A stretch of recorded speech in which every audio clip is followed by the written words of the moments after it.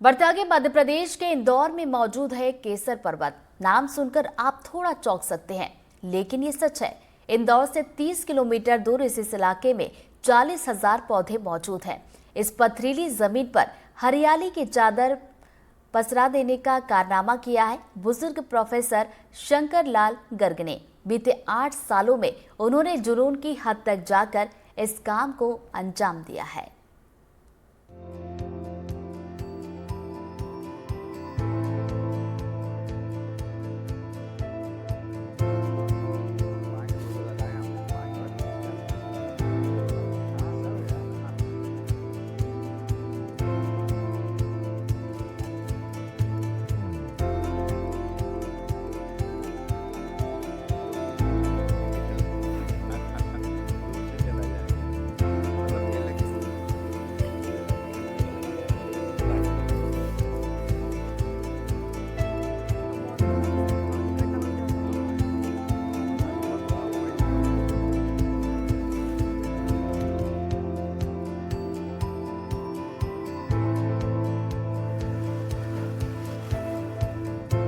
चार 4,000 फीट ऊंची 22 एकड़ में फैली बंजर पहाड़ी। ओह, जरा रुकिए, बाकी तो सब ठीक है, लेकिन ये बंजर सालों पुरानी बात है। अब यहाँ 40,000 पौधे लहलाते हैं। प्राकृतिक करिश्मा कह ले या इंसानी जुनून।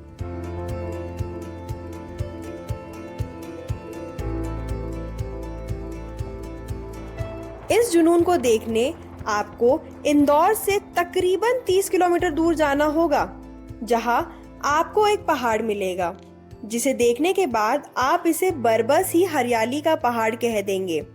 यहाँ आपको कश्मीर से कन्याकुमारी तक भारत में उगने वाले सभी तरह के पेड़ पौधे मिल जाएंगे। यही नहीं, विदेशी फल फूल भी आपको मिल जाएंगे, मसलन थाईलैंड के ड्रैगन फ्रूट आदि। लेकिन इसके पीछे की कहानी जानकर आपको और भी आश्चर्य हो सकता है, क्योंकि 22 एकड़ में फैला ये इलाका साल 2007 के पहले पथरीला और बंजर था। यहाँ सदियों से पेड़ पौधे तो छोड़िए, घास फूस भी नहीं उगे थे। लेकिन एक रिटायर्ड हो चुके शख्स के जुनून ने इस इलाके की तस्वीर ही बदल दी। आज यहाँ 40,000 से ज्यादा पौधे लहला रहे हैं। ये करिश्मा किया है डॉक्टर शंकर लाल गर्ग ने। पर्यावरण प्रेमी होलकर साइंस कॉलेज के रिटायर्ड प्रिंसिपल डॉक्टर गर्ग ने 2007 में ये पहाड़ी खरीदी। इरादा था स्कूल कॉलेज खोलने का, लेकिन 2015 में जब कॉलेज से विदाई ली तो बात नहीं बनी। फिर 2016 में यहाँ पौधे लगाना शुरू किया।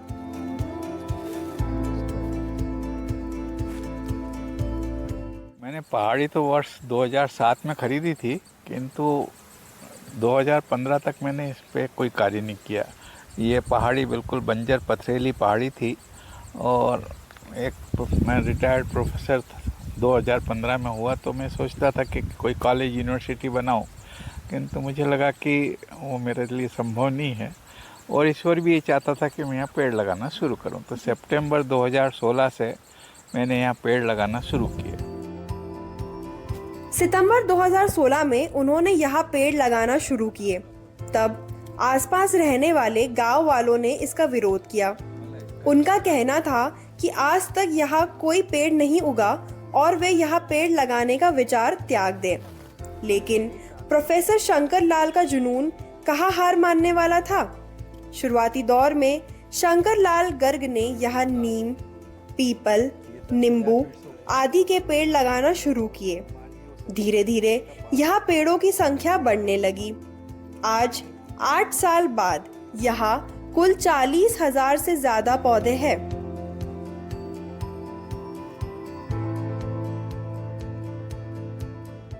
प्रोफेसर साहब का लक्ष्य है यहाँ 50,000 पौधे लगाने का।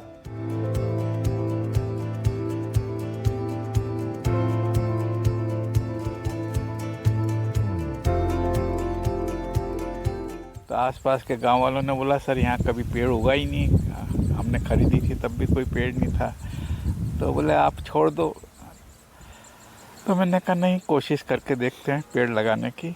और ये पहले लोकल पेड़ लगाया है, नीम, पीपल, बरगद, नींबू, तो उनमें सफलता मिली, वो पेड़ चलने लगे।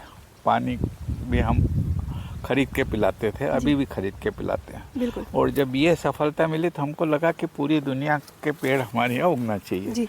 और इस पहाड़ी का नाम रखने का आया था, हमने जानबूझ के इसको केसर पर्वत रखा कि हम यहाँ केसर भी उगाएंगे और केसर के समान ही इसकी महक पूरे दुनिया में फैलना चाहिए जी। तो ये हमारा एम था।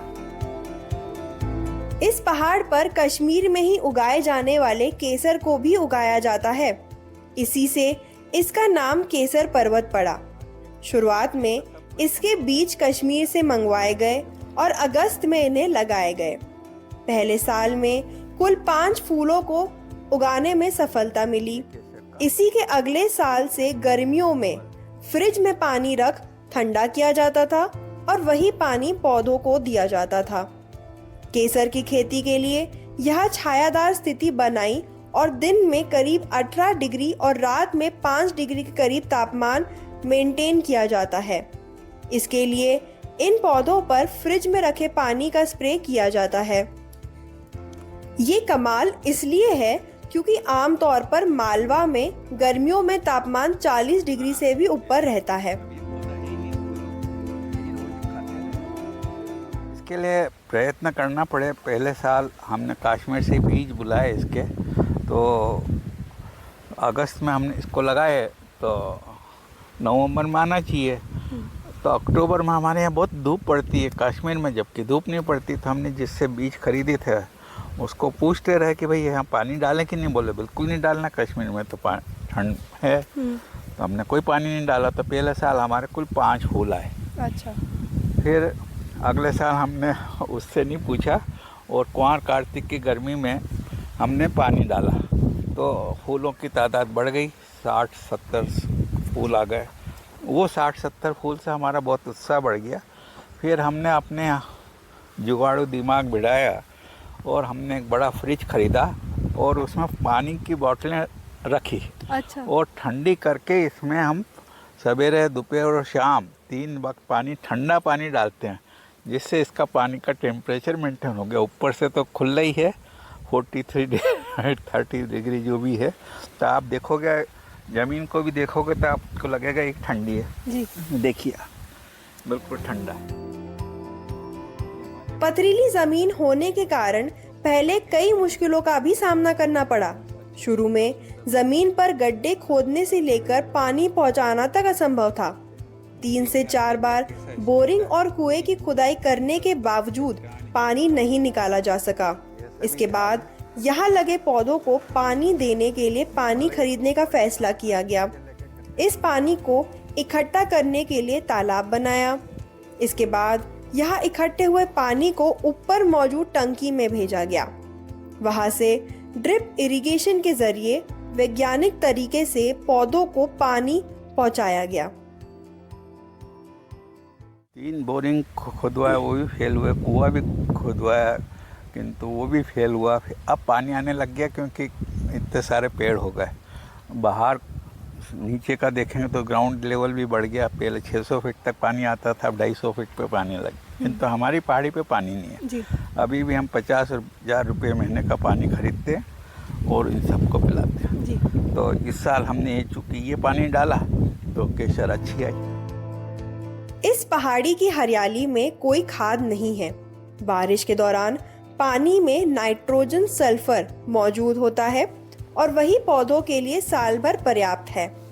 अब इस पथरीली पहाड़ी पर सेब, केसर, मौसम्बी, संतरा, अनार, रामफल, इटली का जैतून, मेक्सिको के खजूर, थाईलैंड का ड्रैगन फ्रूट, ऑस्ट्रेलिया के एवोकाडो, ऑलिव, पाइनएप्पल और कई तरह के फूल, फल और पौधे मौजूद हैं।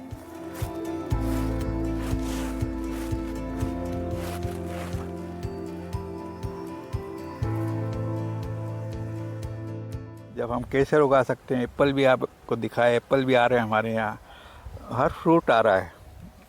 मौसम्बी भी है, संतरा भी है, अनार भी है, रामफल भी है, कबीट भी है, एवोकेडो भी है, ओलिव भी है, सभी पाइनएप्पल तरह भी के है। पौधे यहाँ पे हैं। हाँ सब है, मतलब मेरे यहाँ कीवी को छोड़ के सब तरह के फ्रूट्स हैं। जी। ड्रैगन भी है। कीवी भी इसलिए नहीं क्योंकि उसका पौधा नहीं मिला है। देश के सबसे साफ शहर को प्रकृति ने बहुत कुछ दिया है। जो नहीं मिला उसे इंदौरियों ने अपनी जिद और जुनून से हासिल कर लिया। कश्मीर का केसर। इस पहाड़ी पर आज 500 अलग अलग प्रजातियों के पेड़ पौधे हैं। आने वाले सालों में इनकी तादाद 50,000 तक पहुंचेगी। इंदौर से तनुश्री देसाई की रिपोर्ट।